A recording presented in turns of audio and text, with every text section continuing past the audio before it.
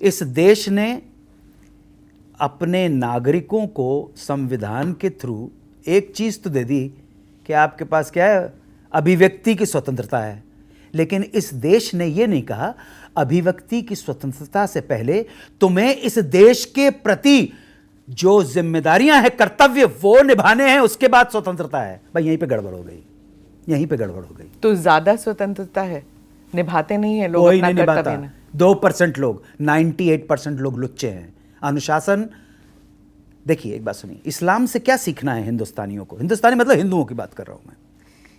इस्लाम जो है dos and don'ts को बहुत क्लियर करता है।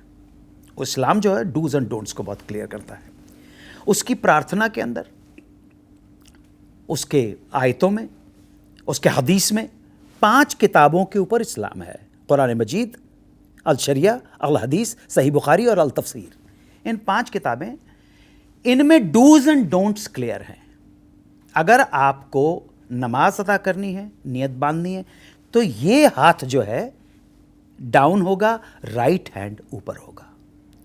कान पे जब हाथ जाएगा, ला इलाहा इल्लल्लाह मुहम्मद रसूल अल्लाह, ऐसे ही बोला जाएगा।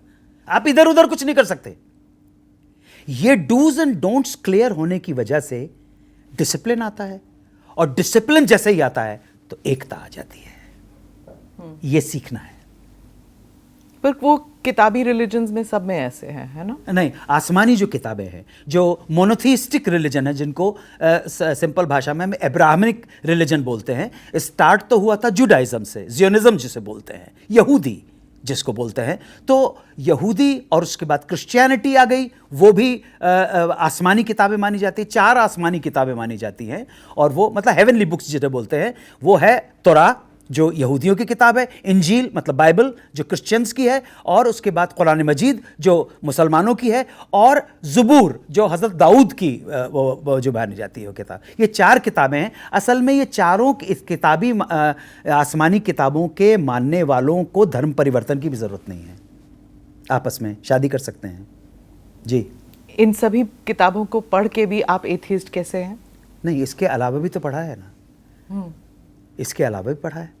स्वतंत्र होना, मैंने तटस्थ भाव के साथ जब पढ़ा, जब तटस्थ आप रहेंगे, ना इधर ना उधर, सिर्फ आपकी नजर होगी कि मैं सत्य को, तो सत्य आपको मिल जाएगा। आप ध्यान रखिएगा, जब मैं कुरान मजीद या बाइबल कोट करता हूँ, धम्मपद कोट करता हूँ, बृहदारण्यक का मैंने एक लेख में लिखा भी था।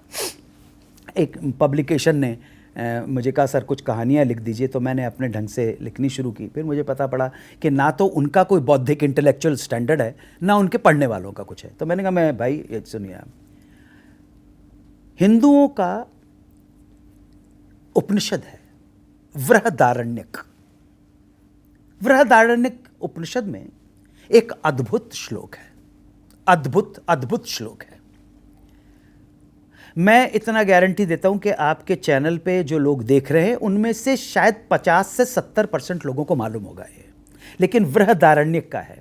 और जो श्लोक मैं बोलने जा रहा हूं आपके सामने, मुझे लगता है कि जिसने भी लिखा है उससे ज्यादा इस संपूर्ण विश्व का लवर कोई नहीं हो सकता है। कोई टर्म्स एंड कंडीशन नहीं, कोई शर्त नहीं है, कोई शर्त नहीं है।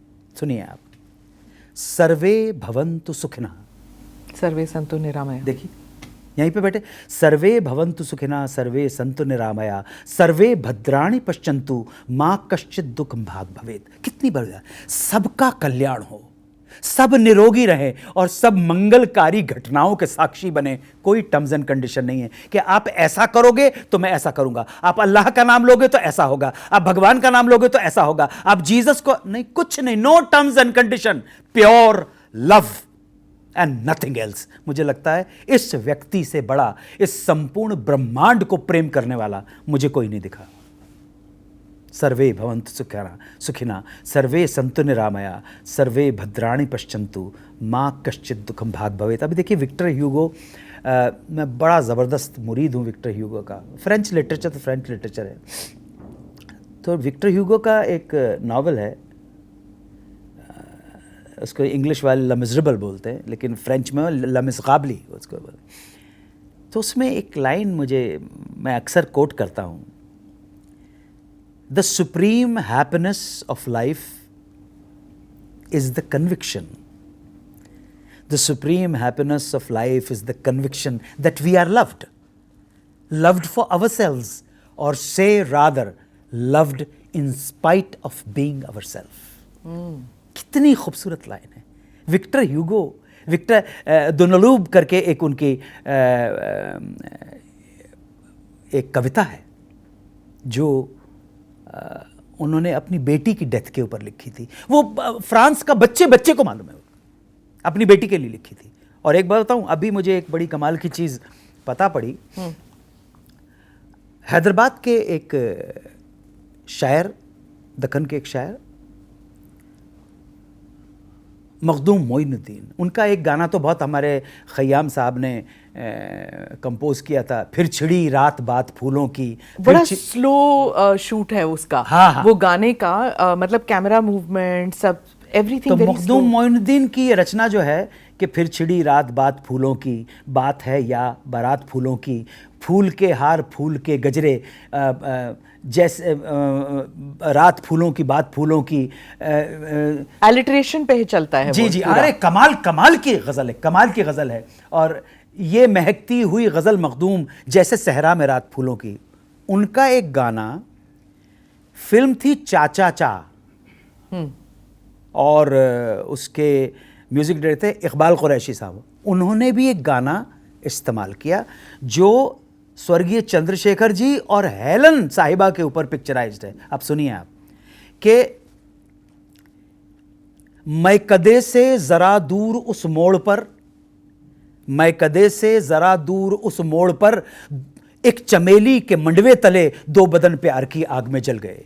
सुनिएगा आप. मैं कदे से ज़रा दूर उस मोड़ पर, एक चमेली के मंडवे तले दो बदन प्यार की आग में जल गए. सुनिए अब आगे कहता है, हमने देखा उन्हें दिन में और रात में, नूर और जुल्मात में. हमने देखा उन्हें दिन में और रात में, नूर और जुल्मात में. मस्जिदों की मीनारों ने देखा उन्हें, मंदिरों के किवाड़ों ने देखा उन्हें, मैं कदे की दरारों ने देखा उन्हें, दो बदन प्यार की आग में जल गए. आपको पता है क्यों लिखा था? ये अपनी बेटी के लिए लिखा था. उनकी बेटी की ऑनर किलिंग की गई थी, because she fail in love with Hindu. अपनी बेटी के लिए लिखा, दो बदन प्यार की आग में जल गए. तो आपने तो ये प्यार करने वालों को मजाक बना रखा है, बहुत मजाक बना रखा है. प्यार में धर्म कहां से आ गया? और जहां धर्म है वहां वो प्यार नहीं हो सकता है. प्यार और धर्म अलग अलग चीजें हैं. और मैं आपसे कह रहा हूं कि जब धर्म और राजनीति मिलते हैं तो इतिहास में देखा गया है कि गड़बड़ होती है. धर्म अलग चीज है. धर्म इतिधार्यते, धर्म है वो जो धारण किया जा सके, धर्म जो धारण किया जा सके. और इस मामले में हिंदुओं के जो स्क्रिप्चर्स हैं वो एक वाइडर पर्सपेक्टिव में कमाल है उनका. उनके कमाल है. विश्व को अगर कभी उसके आधारभूत जो शिक्षा है, आधारभूत दर्शन है कुछ किताबों का, तो विश्व में परमाणु सर्वनाश की स्थिति में, यह नोट कर लीजिएगा आप, अगर कभी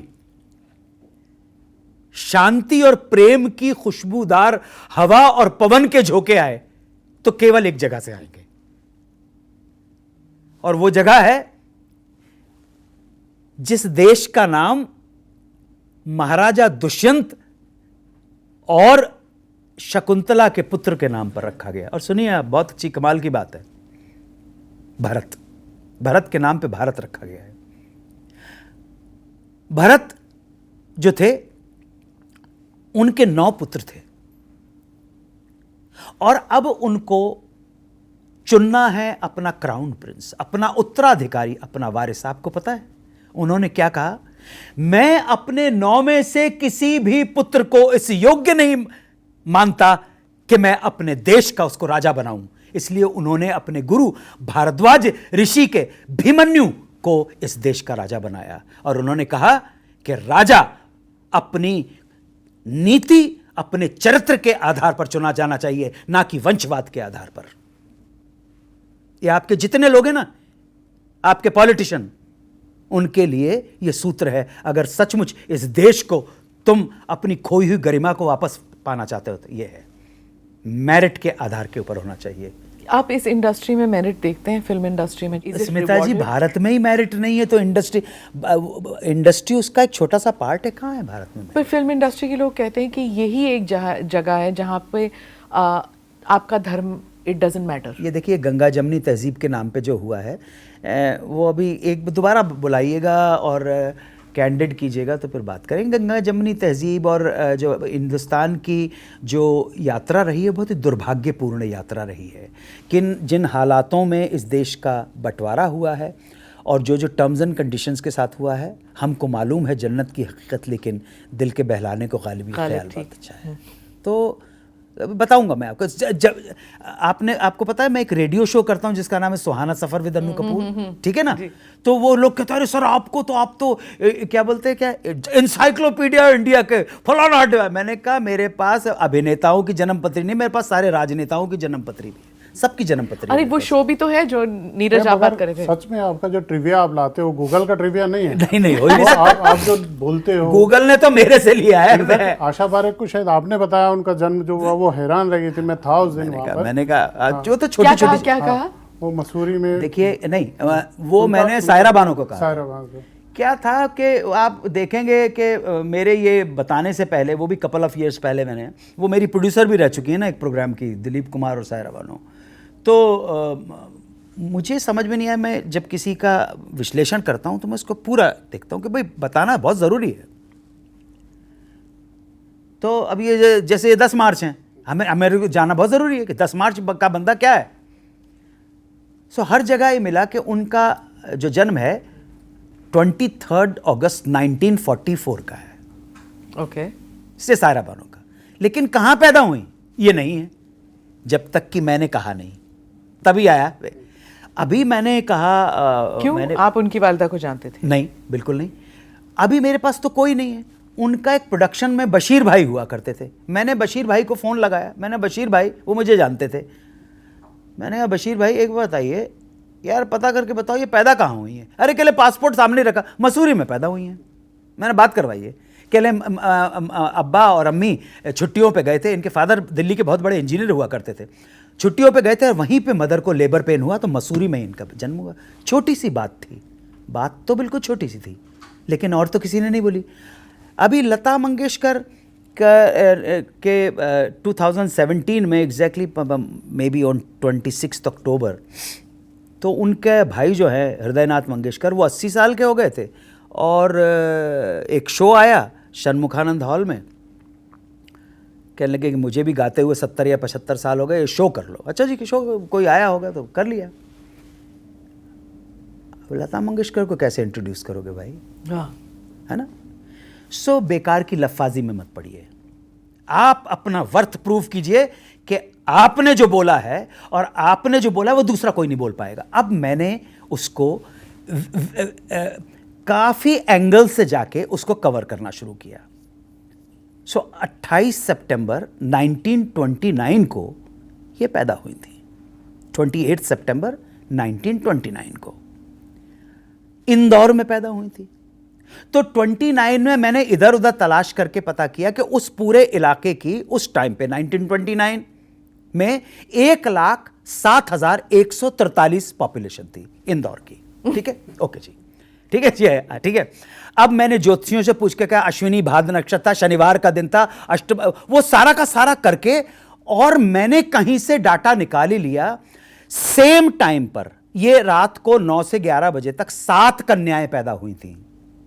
28 सितंबर 1929 को इंदौर में शनिवार के दिन, वो पूरा है कौन सा नक्षत्र था, कौन सा भाद्रपद था, कौन सा क्या, पूरा ज्योतिष का वो था। 7 कन्याएं पैदा हुई थी, 6 को हम जानते नहीं हैं। 7वीं कन्या का नाम उनके पिता ने पहले रखा था हेमा हार्डिकर, लेकिन क्योंकि उनकी पहली बीवी से उनकी बेटी जो थी लतिका मर गई थी, इसलिए पिता लतिका को बहुत याद करते थे, दीनानाथ मंगेशकर। उनका जन्म शायद 1900 में हुआ था, तो दीनानाथ मंगेशकर ने अपनी बेटी हेमा का नाम बदल के लता रख दिया। ये अनु गूगल कपूर होना चाहिए आपका नाम। अब यही तो है ना। हाँ। अभी मैंने रफी Research साहब का मतलब प्रोग्राम ये। किया, अभी कुछ दिन पहले। सो मैंने सिर्फ इतना कहा, मैंने कहा भाई ये जो गांव है इसका नाम था कोटला सुल्तान सिंह, ये तहसील है मजीठा, डिस्ट्रिक्ट है अमृतसर। मैंने पूरा नाप लगाया गूगल के ऊपर कि उस वक्त कितनी दूर था और आज कितनी दूर है। ये जब लाहौर में शिफ्ट हुए इनके फादर हाजी मोहम्मद अली साहब, तो ये 2 साल के थे ना, 1926 में शिफ्ट हुए। तो उन्होंने जाके वहां पर एक ढाबा खोला और इनके जो बड़े भाई थे उनका नाम था कौन सा अली नाम था उनका, तो उन्होंने सलोन की दुकान खोली नूर मोहल्ला में लाहौर में। हो सकता है आपके लिए छोटी बात हो, लेकिन जो सुनने बैठे हैं, उन्होंने पहले तो नहीं सुनी ना। मैं सुना रहा हूं आपको। अब ये जो चीजें मुझे मालूम है कि जनता किस चीज में कहानी और कहानी अगर ऑथेंटिक हो तो आप मुझ पे, इसलिए जनता मुझ पे विश्वास करती है। अंताक्षरी के टाइम भी मुझे याद है कोई गाना सुना देता था और आप झट से एक शब्द को लेकर आप दूसरा गाना, क्लासिकल ट्रेनिंग हुई थी कुछ नहीं, काय की ट्रेनिंग, कोई जिंदगी ने कुछ सीखने का मतलब फॉर्मली सीखने का मौका ही नहीं दिया। और एनएसडी में था तो वहां जितना सीखा जा सकता था सब सीख लिया। पर फिर आपको राग ताल सब कैसे पता होता था? देखिए, मैंने जब पिताजी की कंपनी, बाबूजी की कंपनी ज्वाइन की, तो वो जो स्टाइल था नाटक नौटंकी का, पारसी थिएटर का, उसमें एक्टर माना ही नहीं जाएगा जब तक कि आपको गाना नहीं आएगा। गाना तो गाना ही पड़ेगा। और गाना आपको ऐसा नहीं, कोरस वाला गाना नहीं, गाना मतलब गाना। तो लैला मजनू बन के आप अगर गाना नहीं गाएंगे तो फिर क्या हो गया? आप राजा हरिश्चंद्र बन के गाना नहीं गाएंगे, राजा भर्तरी बन के नहीं गाना गाएंगे, तो कैसे चलेगा सर? वो तो मैडम, वो तो गाना तो गाना ही पड़ेगा। और बिल्कुल स्पष्ट आपकी जो बोली है, मतलब उसमें यू वेरी क्लियर, सारे वर्ड्स आपके सारे, हाउ डिड दैट हैपन? बिना ट्रेनिंग के नहीं होता? इसलिए कि मेरी माताजी को संगीत का शौक था, उन्होंने सीखा था। और शादी के बाद मेरे पिताजी ने उन्हें बहुत इंस्पायर किया उर्दू, अरबिक और फारसी सीखने। फिर आप संस्कृत भी बोल लेते थे? मेरी मदर भी बोलते थे। मेरी मदर की तरफ से ये आया है, ये उनका। और बाऊजी ने मेरी मदर को, मेरे father was a great feminist. हाँ, इतना मतलब आप उनके सामने किसी भी स्त्री को आप निरादर नहीं कर सकते। झगड़ा कर लो आप किसी स्त्री को गाली नहीं दे सकते मेरे फादर के सामने। इतना वो स्त्री को मान और सम्मान देने वाले थे उस टाइम पे। 1919 में पैदा होने वाला आदमी। शायद उन्होंने अपनी माँ को बहुत अर्ली एज में विधवा होते हुए देखा। मेरे दादा जो थे डॉक्टर कृपाराम कपूर, बहुत जल्दी गुजर गए थे। सो कुछ ना कुछ तो आया है। विद दैट रोमांस ऑल्सो जो आप अपने फादर के बारे में कहते हैं, आपने भी तो झट मंगनी पटविया वाली बात की थी। That's also legendary. 5 मिनट में मैंने decision? सिर्फ पिताजी को एक बार मदर की आंखों में आंखें डाल के देखा, बस। वो ज़माना अलग था। उन दोनों के बीच में अगर कोई डिफरेंस हुए भी होंगे तो हमारे सामने तो नहीं पहुँचे, बच्चों के सामने। और आप ताज्जुब करेंगे, कभी गलत राह पे चलने की वो नहीं दी। एक छोटा सा एक किस्सा है, मैं घुमा के बोलूँगा कि एक पॉइंट आया, 72 की बात होगी, 16 साल का मैं। तो मुझे कुछ एक ऐसा काम करने का ऑफर दिया गया जो उचित नहीं था और गैर कानूनी था। तो वो मैंने किया और उसके बदले में मुझे कुछ जो रुपए मिले, शायद 650 थे कि 450 थे, वो मेरी औकात से बहुत ज़्यादा थे। मैंने वो काम किया और वो पैसे ले जाके माँ को जब दिए, माँ ने उन नोटों को देखा और एक झापड़ दिया मेरे, वापस करके आए। मेरी माँ समझ गई कि सीधे रास्ते पे तो चल के इतने पैसे मिलेंगे नहीं। ये 72 की बात बता रहा हूँ। तो फिर मैं उस आदमी के पास गया और मैंने उससे कहा, भाई साहब, आज मेरी माँ ने मुझे मारा है, अब मुझसे काम मत करवाइए। कहने नहीं, मैं बहन जी की रिस्पेक्ट करता हूँ, मैं तेरे को काम को नहीं होगा। बस वही। सो आप कैसे चल रहे हैं? बाबूजी ने भी कभी गलत कोई नहीं किया है। काम अच्छा करो बेटा, भूखे मर जाएंगे।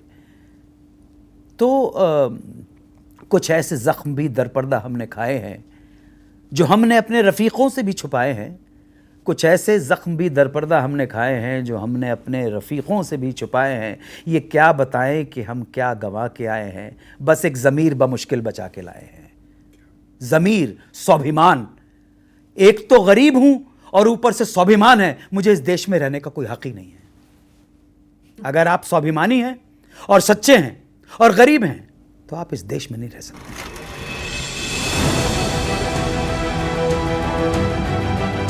Namaste, Jai Hind. You're watching ANI podcast with Smita Prakash.